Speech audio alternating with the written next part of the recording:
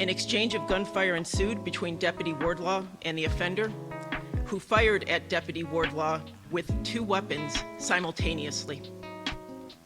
Approximately 69 rounds were fired in total by the offender. Deputy Wordlaw fired 1 shot, striking the offender in the leg. The whole department, we're like a big family. Tuesday morning, Lieutenant Zacconi woke up to a crush of text messages.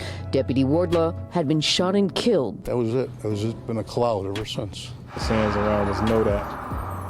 But that was somebody who, when you needed help, know that he was coming.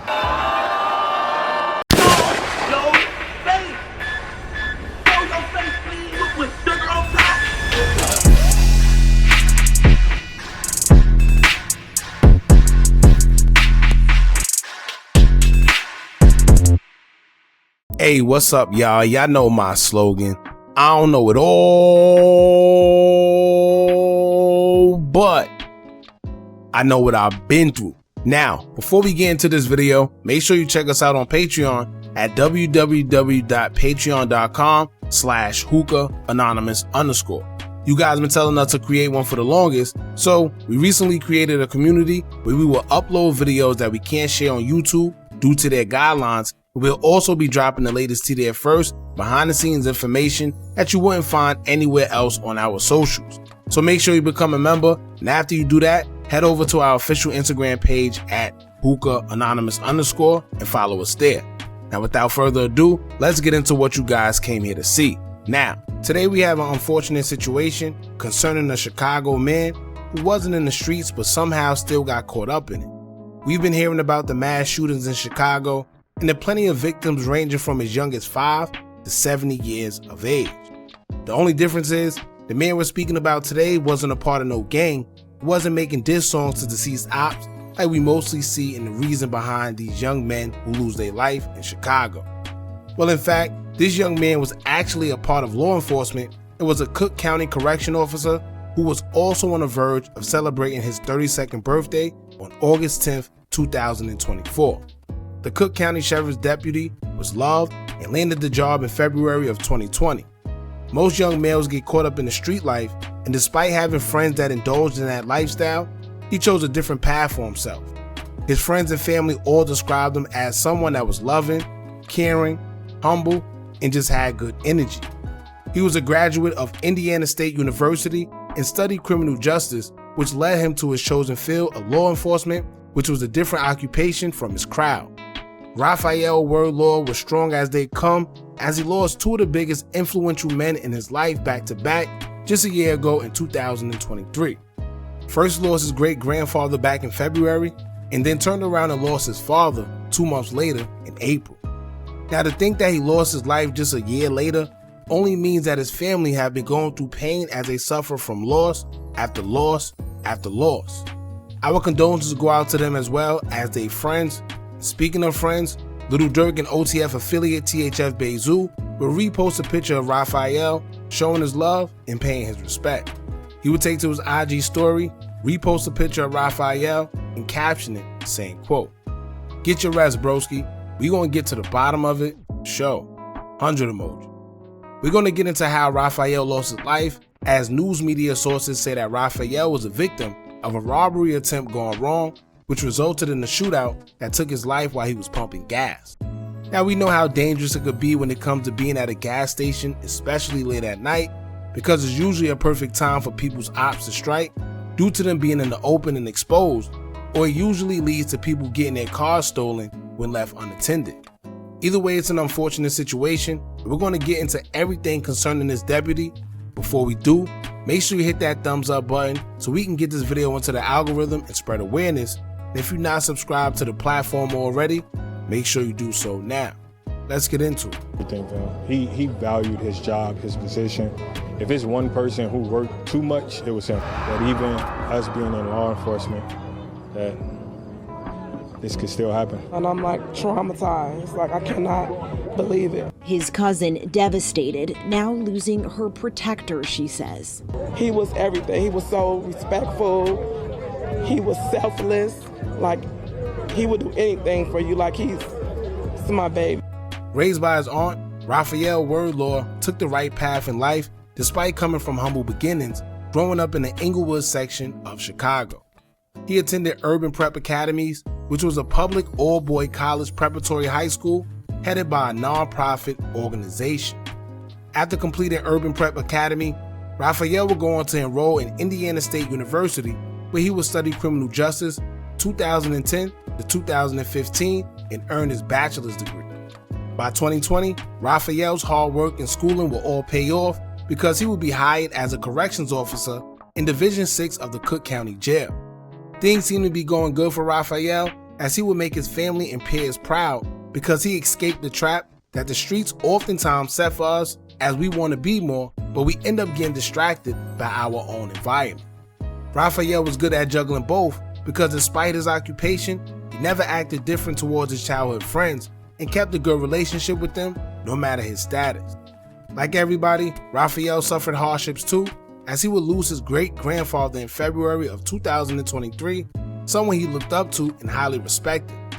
Didn't it seem like he couldn't catch a break because just 2 months later in April, he would lose his father, Robert Weber Jr. as well. Rafael looked up to his father and his death took a toll on him, as he often referred to his father as twin, being that the two looked very much alike. On the day his father passed, Rafael would issue a message via Facebook as he would say, quote, "My twin gone, my pops, one of the realest, flyest, sharpest men I know. I love you. I'ma stay on that business for you as you would have wanted. They know I never played about you. Rest well, King. Your son gonna hold it down for sure. Your legacy will never be forgotten.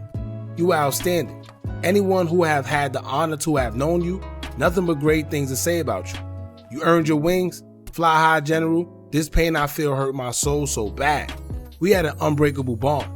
I wasn't prepared to lose you. You wasn't supposed to go out like this. I thought we still had more time to spend together. More moments and memories to create together. I'ma miss you, Dad. I never thought I would have had to write these words so soon. Shedding tears as I write this. Rest peacefully, Father. No more suffering. God knew your pain and understood your heart. You will be greatly missed." Rafael strived to do good and keep his family proud. With a birthday coming up in August, he would turn 32, which in Chicago is a major accomplishment coming from where he's from. Sadly, that same environment would turn on Rafael as he went to get gas for his car on July 30th, 2024.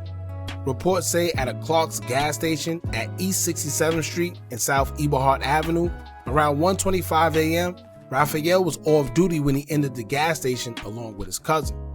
As he got out to pump gas, he was approached by an individual in what seems to be a robbery attempt. Somehow gunfire erupted and both the suspect and Rafael began shooting at each other.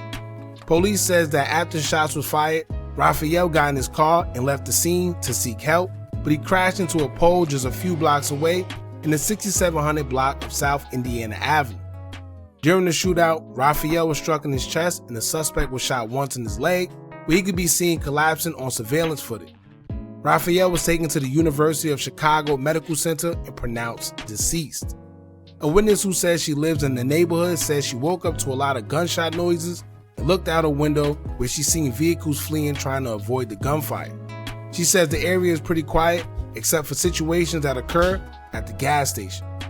The gas station is just a few blocks away from the infamous O-Block neighborhood and isn't any stranger to people losing their lives. A man was shot and unalived there on Thanksgiving Day in 2023. Another man was unalived there in May of 2023. And near that same block, 3 people were already shot and unalived as they sat in a car. It just goes to show that the Clark's gas station and the 6700 block don't seem to be too safe. Police reports say there was bullet casings everywhere and estimate that 69 rounds were fired in total from the suspect and only 1 shot was fired by Rafael. Police said there was a switch attachment attached to the firearm belonging to the suspect. Sadly, it seemed like Rafael never stood a chance as he was only going to the gas station to escort one of his cousins safely to fill up a friend's car. Due to surveillance and police work, officers were able to track down the suspect responsible for taking Rafael's life. 32-year-old Cordero Thompson was arrested and charged just 3 hours after the shooting took place in the 200 block of East Iran at 4:05 a.m.